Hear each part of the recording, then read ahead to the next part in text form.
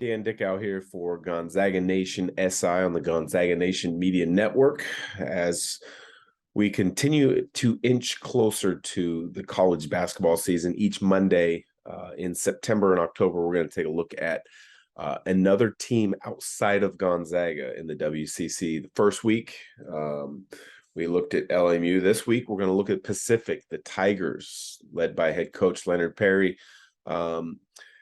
Had a 8-22 season last year, 3-11 in the WCC, but I don't think that shares how competitive they were. They lost a lot of close games. They were in a lot of games. They just struggled to score in the stretch down of many games. And when you look at big picture of what their season was a year ago, they were not a good rebounding team. They were out rebounded nearly every single night. They didn't shoot it well.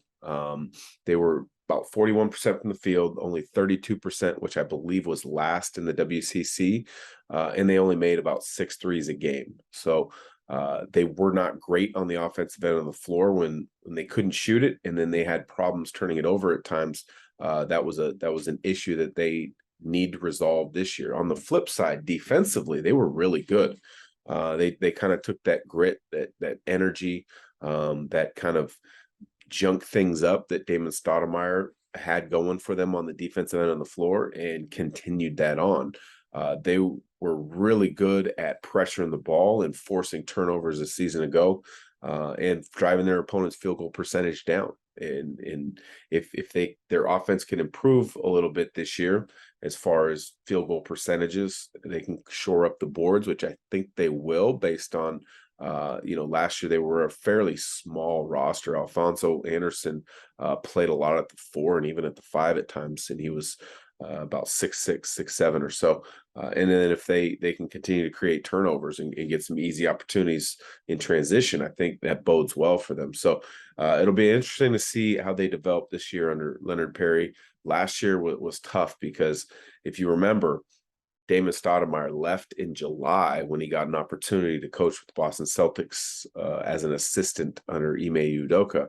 And it was literally right when the evaluation periods were beginning. So they had to quickly move Leonard Perry into that role, which I believe he was an associate head coach under Damon. So it was probably already prepared that would be the case. But anytime you make a switch that late, he now has to put together what his thoughts are in regards to staff, in regards to what they value in recruiting, because it might be slightly different, and how they want to build their roster and how they want to build their schedule. So we'll be interested to see how they do this year. But like I mentioned, a loss in Alfonso Anderson. The other couple guys that are really big losses for them.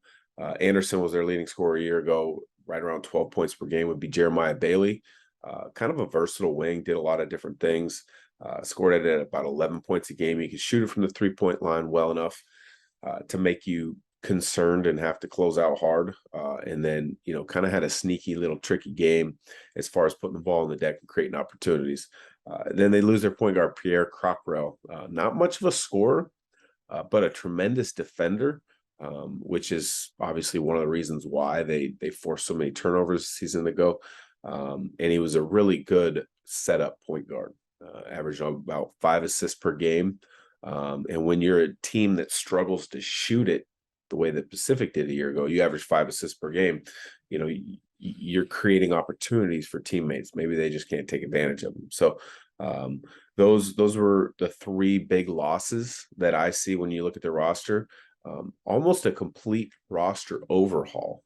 There's a couple returning players, in the main one there being Luke Avdalovic. He was their 3rd leading scorer a year ago, scored at about 10 points per game. Probably their best 3-point shooter a season ago, made about 2 a game of those 6, about 36, 37% from the 3, but overall from the field, he's only about 38. He's going to have a lot of opportunities. He's going to have a lot of responsibilities on his shoulders as probably the leading returning player. When you talk about the roster kind of turnover, this is where you start looking at how if these guys come together, because they got some transfers from some major and high major type schools. There's some potential. There's some talent here. Donovan Williams is a big, strong guard from Oklahoma State, 6'5", 200. They've got a lot of hopes for him to kind of move into a primary role quickly. Keelan Bone, also from Oklahoma State, 6'8", kind of lanky, long athlete. Yeah, 6 points a game, 3 rebounds a game or so, but he also had some big games, 17 points against Texas. Tyler Beard out of Georgetown, kind of a bigger, thicker, stockier guard at 6'2". But out of the Big East, played at Georgetown under Patrick Ewing. So, he's been tested. Came out of Chicago, Whitney Young High School, great high school program, coached by Tyrone Slaughter in the Chicago area. So he's going to be tough. He's going to be ready for the challenge of the WCC. And then another transfer that I think's got some opportunities is going to be Nick Blake. Came from UNLV, 6'6". He was at Pacific last year, but as far as a returning piece, I think he's got a chance. Started a few games a season ago, had a few double figure games, 20 points twice against BYU as well as Pepperdine. They're hoping that he grows into a bigger role this year and a consistent threat. He, to me, is kind of more of a slasher, get out in transition. It'll be interesting to see if he's kind of repped out his jump shot and created some consistency there, because I think, again, that's one of the areas that they really need some help, and that would really bolster their offensive attack. When you look at their non-conference, lots of California schools, and I think that's something that quite frankly, you're still going to see with a lot of teams in the WCC outside of Gonzaga and maybe BYU. There's not a lot of cross-country travel. I mean, we touched on it when we looked at LMU, mostly California schools. That's very similar to Pacific, but they do have an interesting 2-game road trip to North Dakota State and North Dakota. The reason I say that's interesting is because those two programs are solid programs. They've both been in the NCAA tournament in recent years. But the reason I say it's interesting is because sometimes you want to test yourself in going to difficult places to play. And that could be environment of the arena. It could be travel, just to see how your guys respond, see how they react, see if they come together, if they splinter. And so that 2-game trip, I think, could share a lot or show a lot for Pacific. Another game that really kind of jumps out at you is Fresno State. That could be a really good opportunity for them to sneak a, quote, good name win out of it.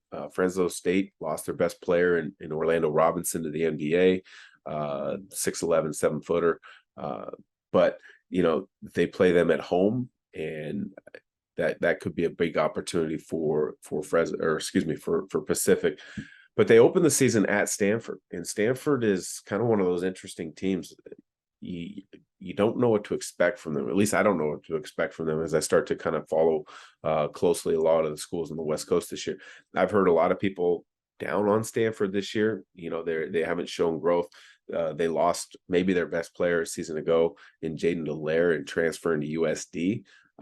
Their other good player, Harrison Ingram, left after a year, put his name in the NBA draft. So you don't know what the season holds for Stanford, although some people think that they're an NCAA tournament team. Hard to say.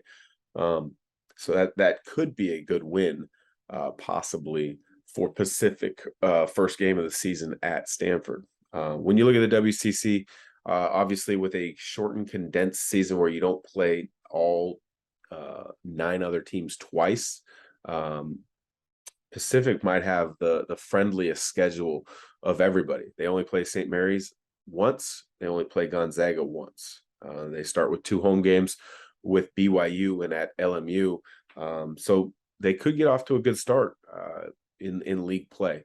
And like I said, they only play Gonzaga once, and it's at home in Stockton on January 21st. So, I think this is a very similar to Stan Johnson in his year two, where they battled injuries, they battled some COVID pauses. They couldn't get their feet underneath them a season ago at LMU. If you look at it as regards to going into year two for Leonard Perry at Pacific, he might have a little bit more of an advantage of not having to deal with the issues and struggles of COVID. Because when you looked at the big picture of Pacific last year, they had some stretches where they played really good basketball. But if they can clean up some of the things that I talked about off the top, being a better shooting team, being a better rebounding team, I think because of their defense, they'll stay in some games. And if they can shoot it a little bit better, compete on the glass a little bit better, I think they'll definitely show some improvement from last season's 8-22 record. So good stuff, I think, coming out of Stockton. I think Leonard Perry does a really nice job. His teams are always prepared. And it will be fun to track them early in the non-conference leading up to the WCC. So for Gonzaga Nation SI, we appreciate you listening in. Again, each Monday through September and October, we're going to take an in-depth look at each team in the league outside of Gonzaga. So today's Pacific, next week should be the Pepperdine Waves. Take care and have a great week.